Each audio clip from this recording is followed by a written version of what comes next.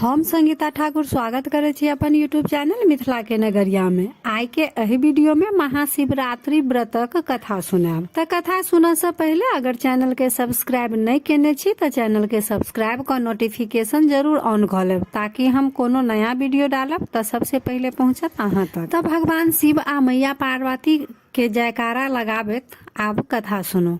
पूर्व काल में एकटा चित्रभानु नाम के शिकारी रहे। ओ जानवर के शिकार क अपन परिवार के पोषण पालन करैत रहे। ओ एकटा साहूकार से कर्जा लेने रहे, परंतु ओ कर्जा समय पर नहीं चुका सकले। त साहूकार के बहुत तामस उठले। ओ शिकारी के बंदी बनाकर शिव मठ में बंद क देलक। संजोग से ओहि दिन शिवरात्रि के दिन रहे। शिकारी भरि दिन भूखले प्यासल रहे आ शिव मंदिर में भगवान के कीर्तन भजन होइत रहे। शिकारी ध्यान से अपन शिव कीर्तन भजन सुनैत रहल। जखन भरि दिन बीत गेले आ साँझ पड़े वाला रहे त साहूकार शिकारी के शिव मठ से निकाल क ऋण चुकाव के बारे में कहलके। त शिकारी अगला दिन ऋण चुका दे के वचन साहूकार के देलक। त साहूकार शिकारी के छोड़ देलके। आब शिकारी सोचलक जे काल्हि त ऋण चुकाव के अछि। ओ जंगल के तरफ तखने शिकार कर निकल गेल। शिकारी शिकार तकैत तकैत जंगल में बहुत दूर निकल गेले।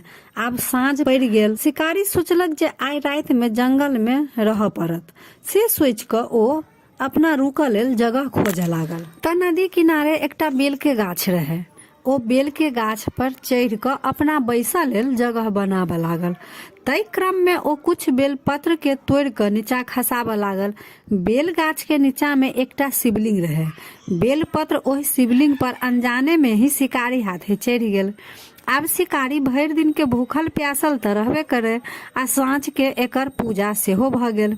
शिकारी एहि सब बात से अनजान रहे कि गाछ के नीचा में शिवलिंग रहे। सेहो बात ओकरा नहीं बुझल छले।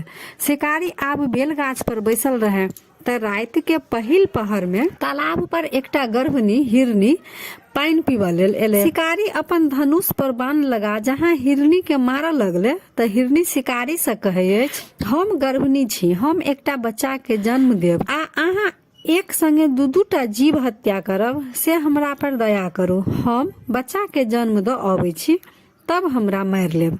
शिकारी के हिरनी पर दया आबि गेले। ओ कहलकै ठीक अछि। हिरनी ओतऽ से चलि गेले। शिकारी अपन बाण के ढीला कर धनुष राखऽ लगल। एहि क्रम में धनुष लाग क कुछ बेलपत्र शिवलिंग पर खसि पड़ले। एना क क अनजाने में ही शिकारी सब पहिल प्रहर के पूजा भ गेल। कुछ रात बितला के बाद फिर एकटा हिरनी तालाब पर पानी पीबा ले। शिकारी फिर अपन बाण धनुष पर चढ़ेलक आ हिरनी के मारऽ लेल धनुष चलाबऽ लगले। त हिरनी कहे छै, हम अपन पति के तलाश में छी, अपन पति के खोज रहल छी, से हमरा कनि समय दिअ। हम अपन पति से भेंट क क तुरंत आबै छी, तब अहाँ हमरा मार लेब। शिकारी ओहो हिरनी के जा देलक। फिर धनुष पर चढ़ल बाण के ढीला क राख लेलक। एहि क्रम में शिवलिंग पर फेर धनुष से लाग क बेलपत्र टूट क खसि पड़ले। आब रात के दोसर प्रहर के पूजा शिकारी से अनजाने में ही भ गेले। शिकारी फेर गाछ पर बैसल रहे। फेर कनी देर बीतले त एकटा हिरनी अपन बच्चा सब संगे तालाब पर पानी पीबा एले। शिकारी फेर धनुष ल तैयार भ गेल। तखन हिरनी फेर शिकारी से कहे छै, हमरा संगे हमर छोट छोट बच्चा अछि, हम अपन बच्चा के एकर पिता लग पहुंचा दै छियै, तब हमरा मार लेब।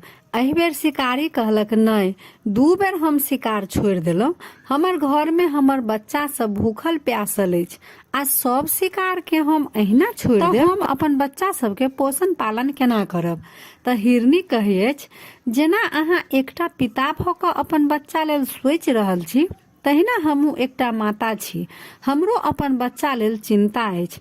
ओ हिरनी खूब कलप क कहे अछि जे हम अहाँ के वचन दै छी, हम सब बच्चा के एकर पिता के सौंप क अहाँ समक्ष उपस्थित होइ छी। शिकारी के दया आबि जाय छै। ओ हिरनी के जाय दै छै आ अपन धनुष के बाण ढीला क राख लै अछि। फिर धनुष से बाण ढीला करऽ के क्रम में कुछ बेल पत्र शिवलिंग पर खसि पड़े छै। एना क क शिकारी के तेसर प्रहर के पूजा सेहो भ जाय अछि। आब भरि रात बीत गेल। भोर होबे वाला रहे त एकटा हिरन तालाब पर एले। शिकारी फेर अपन धनुष पर बाण चढ़ौलक आ मारल लेल जहाँ धनुष के निशाना हिरन पर लगेल के कि हिरन कहे हाँ मार लिया, अगर 3टा हिरनी के अगर अहाँ मार दिलो तो हम असगर रह के की करब। तो शिकारी हिरन से पूछे जे ओ हिरनी सब के रहे। तो हिरन कहे हम ओहि 3 हिरनी के पति छी। तो शिकारी सारा भर रात के घटना हिरन से सुना दिए। तो हिरन कहे जखन ओ 3 हिरनी के अहाँ मौका देलौ तो हमरो कुछ समय दिया, हम अपन 3 पत्नी से भेंट क के अबै छी, तब अहाँ हमरा मार लेब, अन्यथा अहाँ अखन हमरा मार लेब तो 3 हिरनी जे अहाँ के लौट अबै के वचन द के गेल अछि ओ नहीं आबि सकत, ओ अपन वचन नहीं निभा पाउत, कियाकि ओ 3 हिरनी जंगल में हमरा तकैत हैत से हमरा जा दिया, 3 हिरनी से भेंट क अबै छी। शिकारी असमंजस में पड़ गेल। ओ फेर सोचलक जे जा दै छियै, ओ हिरन के जा देलक। जब हिरन ओतऽ से चलि गेलै तऽ शिकारी सोचि रहल अछि जे ई हिरन आ हिरनी लौट कऽ आओत कि नहीं आयत, सेहे बात सोचि रहल छल आ ऊपर से बेलपत्र तोड़ि तोड़ि कऽ नीचा खसा रहल छल। ओ सब बेलपत्र शिवलिंग पर गिरे।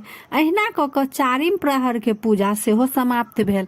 आब शिकारी के अनजाने में ही लेकिन शिवरात्रि के संपूर्ण व्रत आ पूजा भ गेले। भरि दिन भूखल प्यासल रहे, रात्रि जागरण सेहो भ गेले, 4 प्रहर के पूजा सब कुछ अनजाने में ही भ गेल।